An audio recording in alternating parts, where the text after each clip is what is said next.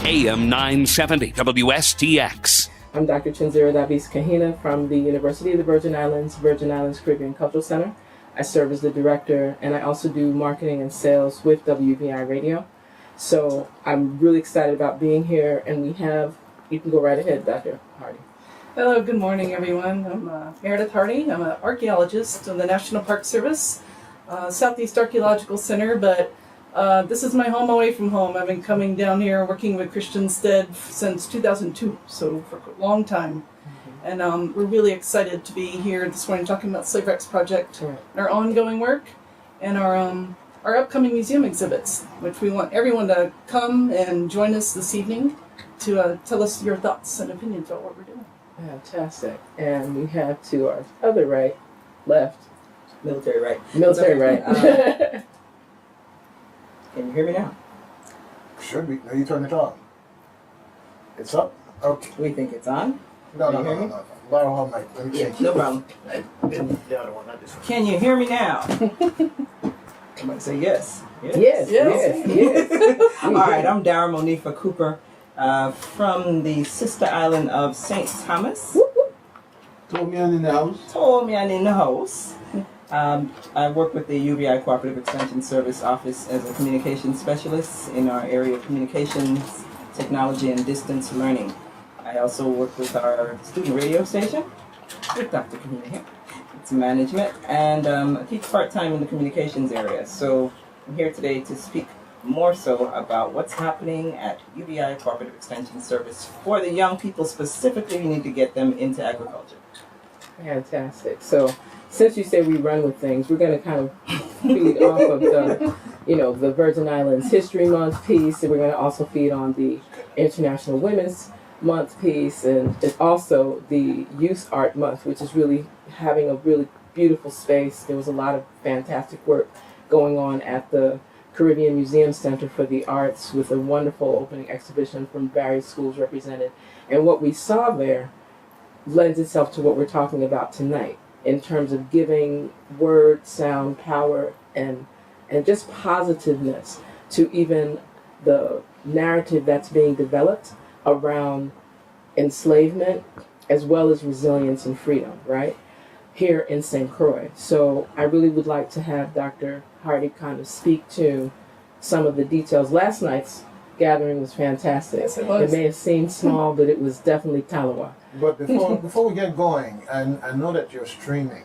Yes. Mm-hmm. Okay, how can folks out there who want to see who's talking to them also tap in? Oh, fantastic. You can go to VICCC, that's VICCC 365 on Facebook, and that way you will be able to see the actual live stream of this particular radio broadcast. Thank you tenfold for that reminder. And it's going to be starting to be forwarded as I turn to the computer and back. Right, so the persons can also see it on WUVI Radio's space. Okay, already there. And we'll start to put it in other networks as we keep moving along. Yes? Fantastic. Yep. Well, the world is here. Sanko for Saturdays, Kwanzaa 365. There we go. Yada, yada. UVI Cooperative Extension Services. There we so go. we make it happen, right? So we're going to let you really share what was taking place from last night and what our intentions are tonight at 5:30. 5:30. 5:30 tonight. So we're going to say it over and over and over again. Right. So tonight at 5:30 at the old post office, the Guinea Company warehouse in downtown Christiansted, we're going to have our second of our public meetings as we're beginning to plan for a new museum exhibit going to be at the fort about slavery to freedom. And this is an ongoing project as part of the Slave Rex Project, which you'll come by in the summertime, June, July, you see us digging these holes. These ladies digging these holes out in front of the fort. And what we're doing is we're trying to provide training and hands-on experiences for our local students, our local youth at UVI and high schools to come out and learn history by digging it up and by interpreting it. So we've, over the last, I think, 5 years, Yes. we've been digging lots of holes in Buck Island and in front of Christiansted. We invite the public to come out and volunteer and join us. We work with the youth. They help us analyze and wash and sort and get it all ready to go into the museum. But now we're at the point where we need to start getting the word out, because it doesn't do us any good to dig it up if we're not getting the stories really out to the people and letting people see what it is that we're doing. letting people reach out and touch their past, their history, Right. the objects that their ancestors are making.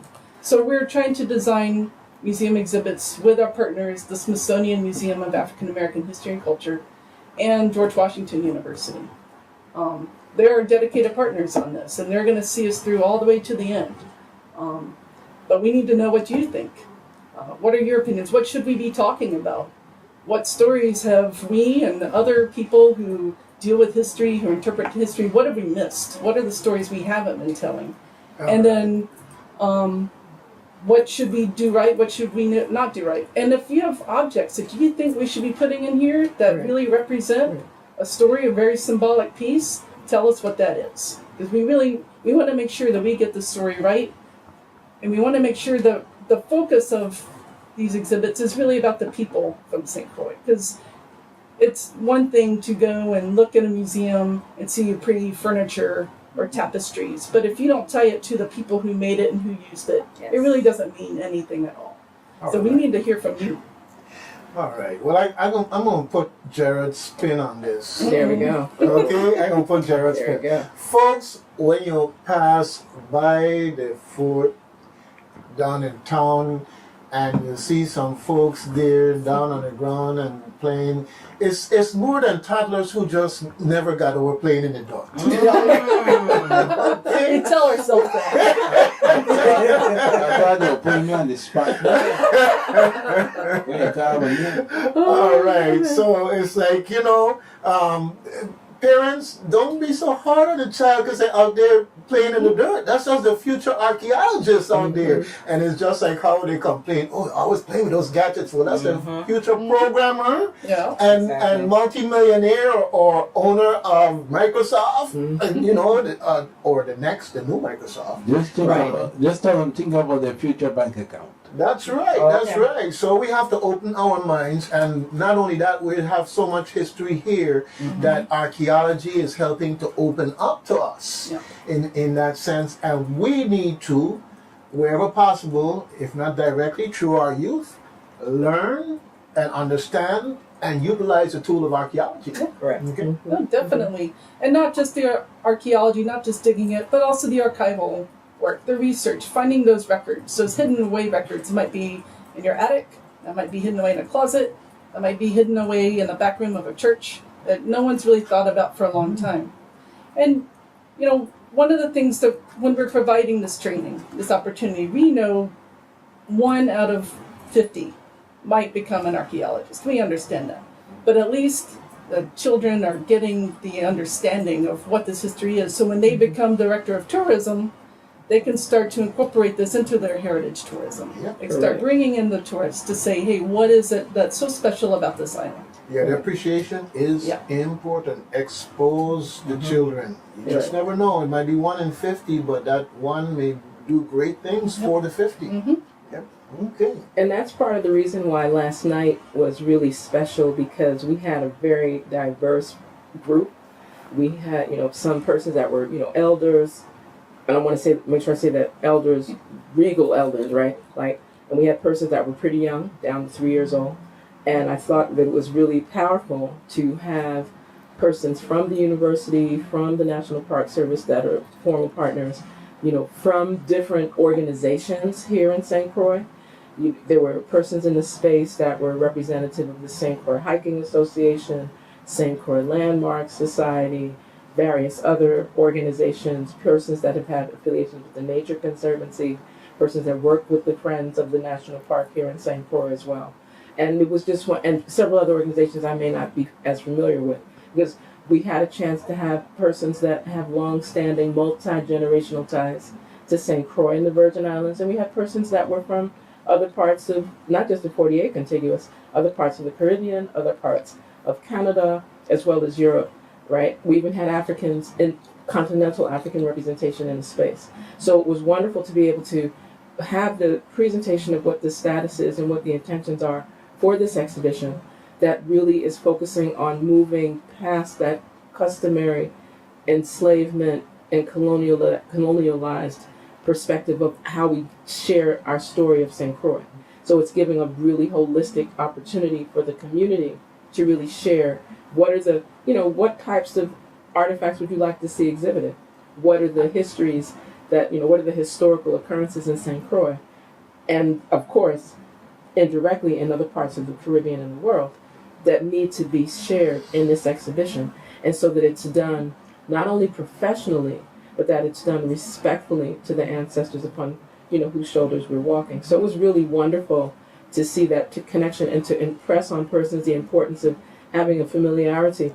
Persons that have seen the National Museum of African American History and Culture, the Smithsonian Institution's newest museum, understand what we're talking about. This is really historic, and this is very big to have this type of partnership that includes entities, institutions, as well as civic organizations from around the globe. You've got the Ezekiel museums, which are pretty big, out of South Africa. You have the Eduardo Mondlane University in Mozambique. You've got the Cheikh Anta Diop Institute through the University of Senegal in Dakar that are part of this. Of course, the National Park Service is one of the key partners in the Slave Wrecks Project. You've got Diving with a Purpose, along with the National Association of Black Scuba Divers, which in previous years actually hosted their conferences. I love their conferences because their conferences are underwater. So it's like, they were here on St. Croix along with the underwater adventure seekers. And, there's a lot of training around scuba diving. There's a lot of training around terrestrial as well as water archaeology. It lends itself to anthropology. It lends itself to humanities and other forms of sciences. So through this project, we're also able to offer support for science, technology, engineering, arts, and mathematics. So we're doing STEM, which most persons remember, but we're moving it and letting it ascend to STEAM because we're incorporating the arts, which is very, very, again, being inclusive, interdisciplinary, and transcultural. So this is the other part we're really encouraging persons to know. We need those narratives. We need to make sure that the correct, historically accurate narratives are included. We are very, very open to make sure that this is an interactive exhibition and it doesn't become a singular entity's exhibition. It is the people of St. Croix and the Virgin Islands exhibition. So, because a number of other things came up in last night's gathering, and we're looking forward to tonight at 5:30 in the Guinea Warehouse here in Christian said, so that persons can contribute to because what we did in 2 hours was amazing. We actually did it in 90 minutes because we had, we were able to, your PowerPoint presentation gave like context and allowed people to get an idea of what's taking place. And what I appreciated, it was very visual, but it was also a lot of auditory information. I hear you. I got you, brother. I got you, brother. I know what you're making sure we do. Inclusivity. Because the idea was to be able, right? I know what you're talking about. Yeah. Because yes, there were pictures, but at the same time, we were giving the descriptions of the process and what is taking place in Mozambique, in South Africa, in Senegal, in the 48 contiguous, as well as St. Croix, and showing how our students, some of the sessions last night, I believe two, because she was there as well. Yeah, we had two of our interns who've worked with us repeatedly during the summers join us, and they told us what it meant to them. Exactly. They didn't just do the internship once; they came back. That's right. Again and again and again. Right. Excuse me. So this is really impactful to hear what it meant to them. Right. And these are UVI students, again, with long-standing family ties here, inclusive of Puerto Rico. I want to make sure I highlight that as well. So there was a piece that comes where that multilingualism kicks in. Because a lot of, some of this is being done in Portuguese and French and Danish, thank you, as well as Spanish. And, eventually there's persons that are expressing interest in countries where Papiamento is spoken. And that's what we're trying to get people to be a part of, knowing that this history of St. Croix is so rich, so engaging, that your presence and your voices are essential. Did I come across clear? Yeah. Clear, serious, and everything else. And I'm going to just throw in something here because like you think that serious. There are people who walk around and and live here and think that if you're gonna find something of archaeological significance, you gotta go down to Salt River. Okay, and this is great because we're broadening the horizon of how we look at things, and we also making sure that we are inclusive in the community and educational, because we got to get to another level of understanding our own history in the process, because right now we pick up books and you read about every place else. Of course. Correct. And in my time, and audio. in my time, that's what you ended up doing, knowing so much about every place else and so little about where you are. And just even to when you go away, you didn't realize the jewel that you had until everybody went to come home with you for spring break. When are you going home? When are you going home? Offer summer camp. Or summer camp. Yes. Carnival, festival. Yeah, that weather in Ohio, and folks said, "Where you going? Where can I come?" Yeah. And I was hoping that Sarah Dahl-Smith might. Are we taking any calls? I didn't think about it. Okay, if you want to take calls, folks, we got UVI in the house, and we're talking, among other things, archaeology, youth, history, agriculture, the preservation, the preservation of it all. All right, 773. 0390. Thank you very much. 490. No, I like it slow because folks by the time they get the pen or whatever. Yeah. They say I would talk too fast. That's what is it? Yeah. Too fast. Always on a rush. That's why I don't let him drive. Oh no. Well, they say police ain't catch me yet. I hope they ain't listening now. You know what I'm saying? Don't give yourself away. WSTX, UVI in the house, Okay, Doc, I would 773. like to ask you a question. Yes. See, let me finish on the time, Yes. Go ahead. the number again, 773 0390 773 0490. The time now is 18 minutes before the hour of 10. Okay. Go ahead. 9:42. 9:40. Translation. That's the translation. Okay, Doc. Say like, okay, I'm a student, right? And you know, like we have students or young people that are also visually impaired. They born and they have like the macular degeneration, you know, eyes, they can't really see, or they can't see at all. Some of them born blind. How can a student, if there's a student like that that's interested in archaeology, can they be inclusive in that? Yes. Of course they can, yes. We will bring in any student and we will work with them and we will make it happen. We think we're completely inclusive in all of our aspects and what we try to do. It's science, and we have to bring in every perspective, every voice, respective of abilities, Right. and disability. And I want to highlight, in concert with what Dr. Hardy just shared, is that the VICCC works very closely with the Virgin Islands Developmental Disabilities Council. They've been one of our main partners. And if anyone knows their executive director, Yvonne Peterson, you better be inclusive. If you're doing anything with the University of the Virgin Islands, and inside of UVI, they've got VICCC, which provides another layer of the actual equipment and services in that regard. And then, of course, doing it in concert with that third leg of all disability rights affairs, the Disabilities Rights Center of the Virgin Islands. So we have to do that. Sometimes what's happening with us is that it requires another learning skill. So we really do reach out to the persons that actually can assist us in making sure that it is fully inclusive, and it's not like we're just doing it haphazardly, you know. So we have some professionals as well as persons that actually have the disabilities in question to actually participate and assist us in making sure that that we have, for example, that we deal with having materials for persons that are visually impaired, that we do have materials for persons that are hearing impaired, etc., right? Or any limitations in mobility, etc. You know, so we're doing as much as we can in the actual field work piece, as well as the actual classroom activities, because that's required. That's another benefit of being in the Virgin Islands of the U.S. Those are things that are required, and it just makes us have to be more intelligent, more flexible, and more responsive in that regard. So thank you for that question, though. And one last question.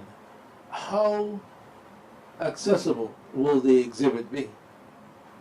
We will have, of course, in the fort itself, we are limited. It's a historic building, and there's not much we can do to it. But the whole design of this exhibit is to be completely inclusive. It will be made available online through the Park Service webpage for Christiansted, and it will be completely hearing and visual impaired accessible. So we are required to do that by law. And so everything we do on our webpages, everything we do online, social media, is supposed to meet those national rules and regulations. And so the exhibit will also meet those standards. Oh, so you work for the National Park Service? Yes, sir. Okay. Gray and green for many, many years. I tell You you. have to know that. No, You know, It's so great, it's in my hair you know, now. I don't post on stress, and you know. I wanted to throw a stone first. Don't like this. That's no. But at least I'm not hiding my hand. Hold the stone ready. I have a little No, pebble. not that bad. Okay. I have a little pebble. Don't throw your stone yet.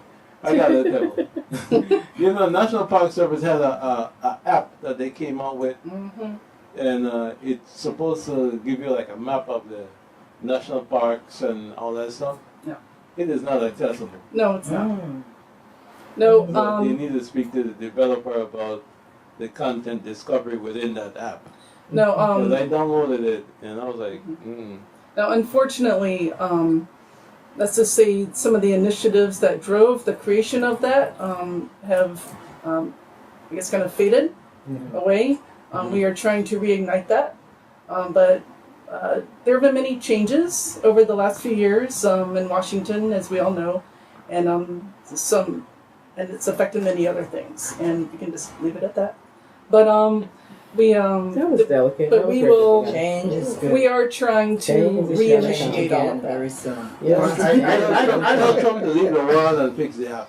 You know, Well, no, that's So what we do, that's and what we do we have, do. and we do have plans to do that. So, right. yeah. But you And- know, Yeah. no, I'm just saying that when a vision comes up initially, you know, there's always that budget aspect and the other politics that get into of who gets the contract ultimately and whatever. Right. And this time around, I'm sure whatever the requirements going to be clearly spelled out. That whoever comes in is going to have to come good, otherwise they're not getting any money from our federal Right. government. But I'm a gentleman. I'm not throwing any stones at him. That's Just right. here. That's right. It's just that It's so the fluff. federal government representative just said that we're required to do these things by law. Yes. And Gerard, in my mind, I'm saying so is the Virgin Islands government. Well, I don't that. No, I already saw it. I hope you can get the visuals because we got one in the front and one on this other side. We're surrounded right here.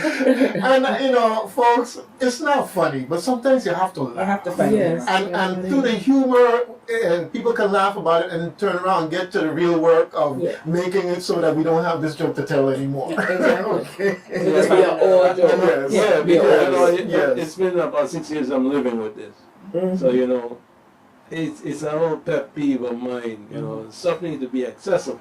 Yeah. It's not just for me, but I'm thinking about the other people that might want to get involved. Yeah, and you know, sometimes the people who have the vision, and listen to me clearly, have the vision sometimes need to be the ones sharing that vision with those who don't. Exactly. And in this case, you have the vision, so you may be able to help those who don't figure out how they can make their things more accessible. Because we might not be able to see how. I try my best. Yeah. Yes, So sir. any suggestions? No, he have suggestions. He have like I for know. paper, I know. So, dissertation material. I'm just, for those that do not recall. Right. I've been watching. I've been watching and hearing. And okay. In a good way though, because what you're saying is absolutely correct. Is sometimes we're so busy just getting the project and the work done and securing the resources to be able to do that there's some areas that we are faltering in. And that's why how I answered the question before, it requires that we get the persons with the skill and expertise, and we also need the support of persons that actually need that additional service and Right. resource so that we're on top of our game. You know, there's things that I've learned from the VIDDC in particular that I didn't know, you know, I wouldn't have had a reason to learn about dolphin or things like that. So I learned that from them, so now we know to include that. Yeah. You know, we make sure if we put up a video that we do put the actual audio, you know, make sure we have things that have clear audio. We make sure that we have the captions for persons that are hearing impaired. You know, we're doing things like that, which forced our hand. It limits, you know, where we used to just post these long 20-minute videos. Right. Now, they might be 2 minutes because we got to be on point to make sure that we have this available and accessible. So, really excellent point, Brother Gerard. Yeah. And let me just throw out to the public, you can be a part of this change, call it a change, in how we communicate. Yes. To make sure that most people, if not all people, will be included, and then if someone is not, that we can strive to be more inclusive. A simple little thing as Facebook. A lot of folks out there like to put their flyers and other picturesque stuff on there. The kind that, as my 11-year going on 26 will tell you, is appropriate. Okay? And but folks, take the time out, especially like it's an event, to just write in text what it's about, because there are people on Facebook, for them a picture is just a piece of paper that they can't see. Exactly. All right? A picture that with no description. With no description, right? Yeah. That's on Facebook. Descriptions. Right. You're on Facebook, yeah. Okay. Anyhow. So you need the text. So you need the text, and then it also helps if we put up the text and we have like a little audio blurb. I would, you know, because that's something that was recommended. Because you recommended that to us, Gerard. You told me at a conference. We had all these papers we were passing out, and he was like, "I appreciate it." And he actually collected everything in the folder, and then he looked at, you know, it was. And I'm going to say just how it came out. Okay. So do you have a audio file Version of this. of Yes. this material? Mm. Right. So Sounds that's like a class assignment. exactly what we said. Okay, I'm sorry. We're all educators Professor here. Evelyn, you're giving out homework? We're all I educators took here. the high road, you know that? No. Thank you. But that's the thank you. thing. Again, we can't see it if we don't have to look at it. I can't see you. So no, you've seen it more than us. That's the thing. So we need you I to will say send it. you to Saturday Night Live. Band and everything. Seriously, that sounds. I mean, okay, we're switching hats here, or just wearing all of them at the same time. Right, Let's stop with right. the switching hat thing. It Right. sounds a little you know. Challenging. Yeah. But we're professors at the university and teaching radio production. So when I say it sounds like an assignment for students, this is an excellent opportunity to teach inclusivity to students who have to do assignments related to audio. Right. Just read this flyer, make an audio file, we'll throw it on the website. That's all you have to do. It'll take you 5 minutes, you get an A. I'm just saying, because do you have time to make all those audio recordings?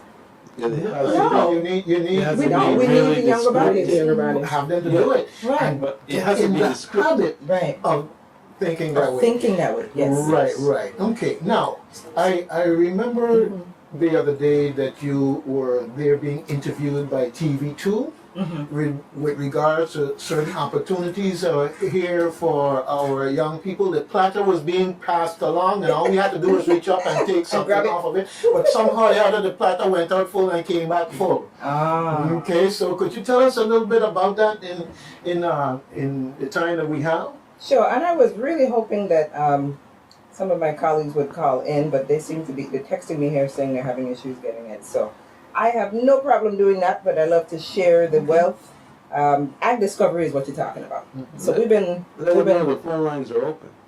Yeah, 773-0390, 773-0490. I guess the levity in the place was such that they didn't want to be the butt of everybody's jokes, so they didn't call. You gotta remember to tell them 340.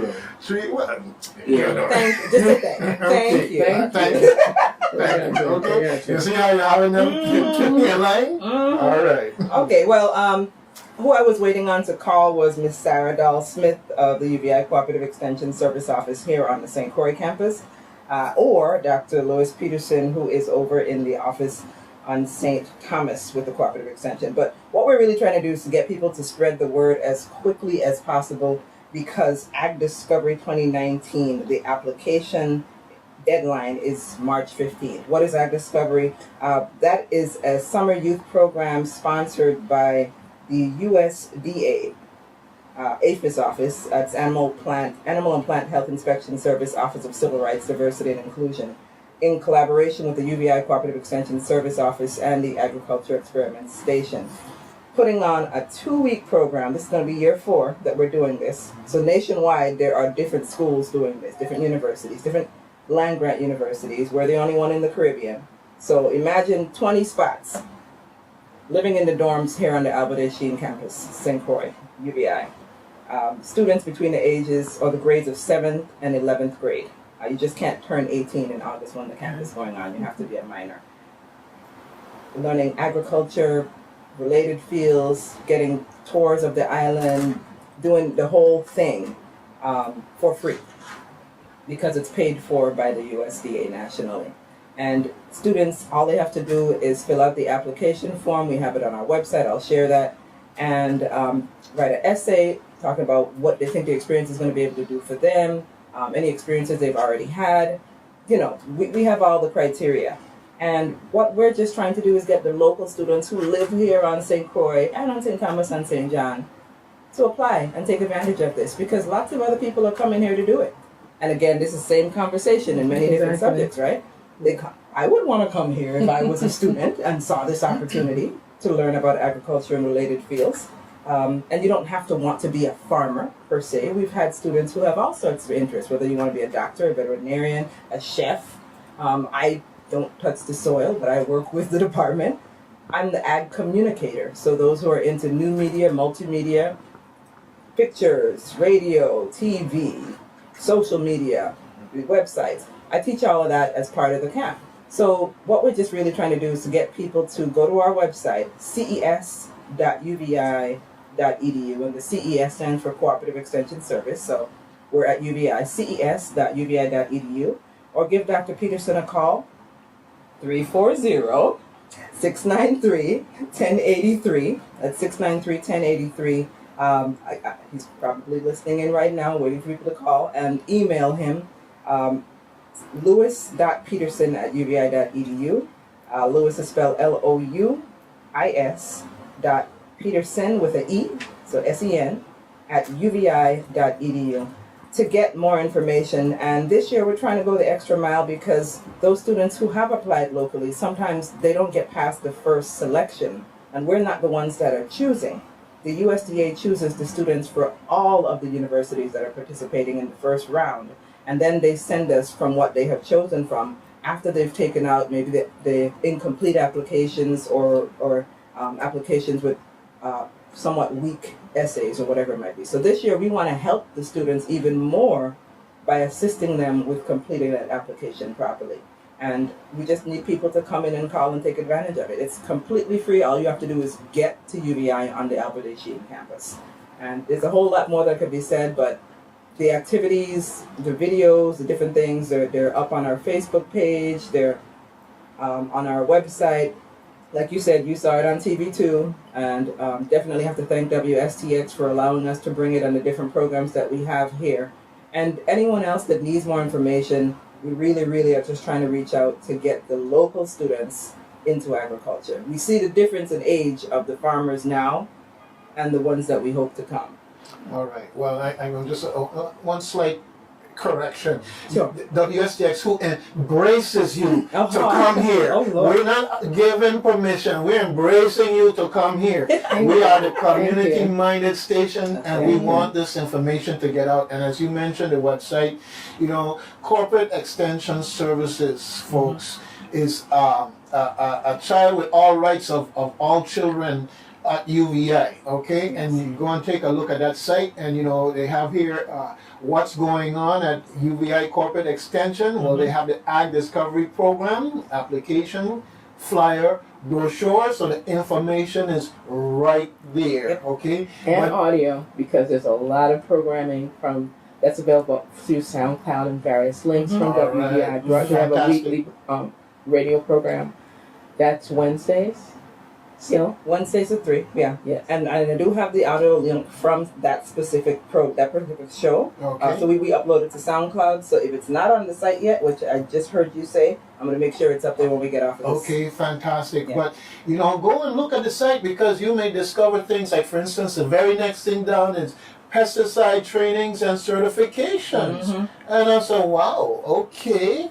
You know, you Right, see, but- when mhm. Oliver Dr. exterminating Amy come along, I could say, well, okay, you went to the training at UVI, those That's my right. buddies down there. So I used to be a certified technician Okay, I You know. used to be a certified technician? Mhm. Aha. on the job. Okay. Under Jeff Kulux. Ah, Okay. okay. But look at this. It have basic computer and you thinking technology be right after the batik and sewing classes. Okay. Okay. All right, folks. UVI is another one of those mines. I'm not gonna say a gold mine because you have all kind of things: gold, gems, turquoise, you name it. That's right. All you gotta Platinum. do is step in. You might be That's right. surprised what is there to make you rich. That's Right. right. Right. And these are the okay. gems. These are the gems and treasures of our Virgin Islands, Caribbean. All right. Yes. And we're doing our best to make sure that persons are aware of that. And we have some awesome partners, so it's really glad to be able to just share some of that with you. And just I'll yes. share the contact number for the pesticide training because there's one coming up tomorrow. There's an exam towards applicator certification coming up tomorrow on campus from 1 to 4 in the REC building, Research and Extension building, or Extension Service for those who know it as that. And the contact number is 692-4052, of course 340 at the front of that. That's where we're at, 692-4052. And that would be Dr. Amy Dreves. We like to call her the VI bug lady. That's right. Well, that's what you like to call herself. That's right. And well deserved. Well I need a deserved. caller to see if I could Need reach to out call? if I. Yeah, Yes, well, why you not? should just call her. and Well, We'll work with you. They Uh, have a list of trainings that I'll be putting up on the website at the end of the day. all right. Well, And you we'll know, make sure they have audio links. You I hearing know. that? So we're gonna have to have her work with those students. Those students have a lot of work to They're do. gonna have a lot of work to do. right. Well, you know, maybe we can reach out to her and through this conversation now to have her come in here at some point in time. You know, we think pesticides, but a lot of times there are alternatives and natural things that you can do to control pests. Before. And so, but the information needs to get out. Right, and that's what she teaches because it's like, why wait until after the fact and then have to do something? There are Right. preventions that are natural that can be taken. Exactly, Right. and it's always better. Prevention is always better. Yes, So yes. definitely, if you can just whisper in her ear, Doug Canton would love to have her over here Maybe to talk she's hearing you. about those Maybe she's things. hearing you. Yes, because it's part of what the public needs to know. It's like, I don't buy aerosol insect spray Right. anymore. Right. I mean, to me, that's just a systematic way of putting chemicals in your system because you spray it and you inhale it. It is.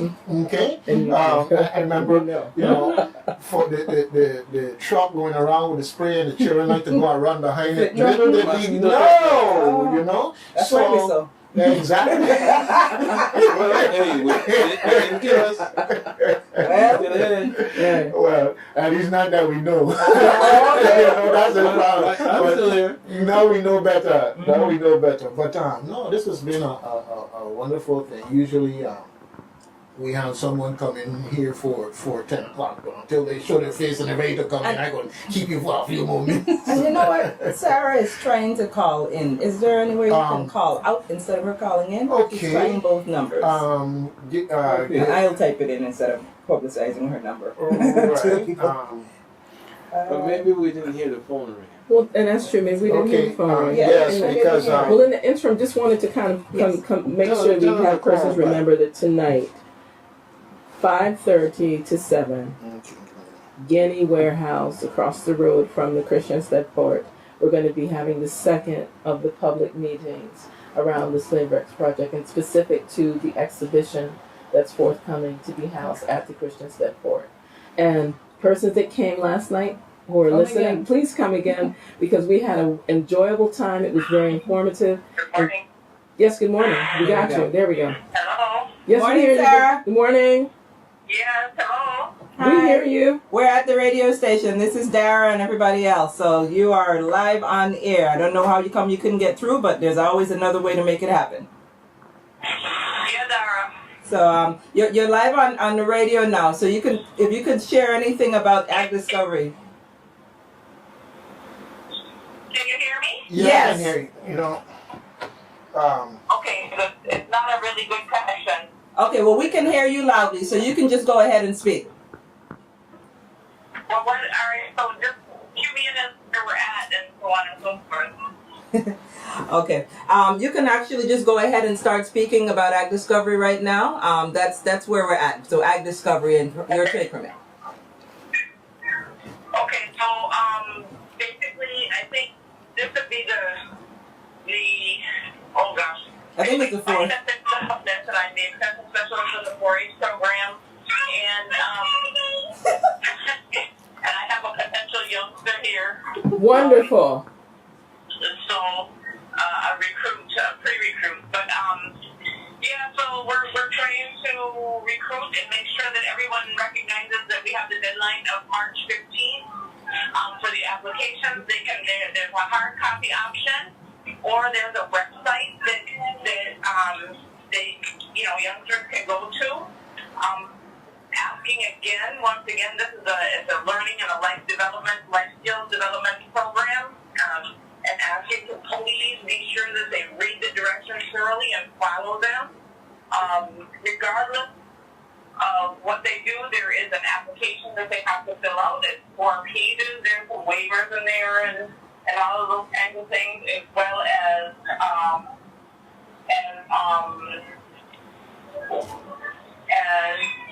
3 letters of recommendation, all of which must be from somebody who is not related to you but knows you well. One of those recommendations must be from a teacher or administrator at the school which you attend. And then if you are going to mail in the application, that must be everything must be put in one envelope. And the reason I'm going through this is because they have no qualms about disqualifying an application because it's not filled out properly. And hold on, I'm in the midst of a couple of different things here. We multitask, we're women. It must be complete. Otherwise, your application will be disqualified. It won't even be looked at. And the thing that young people and parents need to remember when they're doing this process is that we're not the ones that are accepting the applications here. These applications must go up to USDA, the APHIS program, and they are the ones that do the initial screening. In particular, they do the initial screening to make sure that the applications are complete. So that in itself is very, very important, because otherwise an application cannot get seen. But we really want to try and encourage young people in the Virgin Islands to actually apply. And Dara, feel free to step in at any point in time and ask any questions. But I think the important thing to remember about this program, kids can apply to any one of 22 colleges and universities across the nation, UVI being one of them. Most institutions are land-grant institutions, many are HBCUs, but they can apply to any one of the programs, and each program has a little different focus. If they go online, they can go to the website and actually look at the different things that the different programs are covering. I think UVI, not being biased, I think our program here at UVI does an exceptional job of giving participants a real kind of a bird's eye view of what agriculture is in the territory, what it means, and it's a very unique perspective, I think, for kids that might be coming from other locales. If they're coming in from the States, they're not going to have this kind of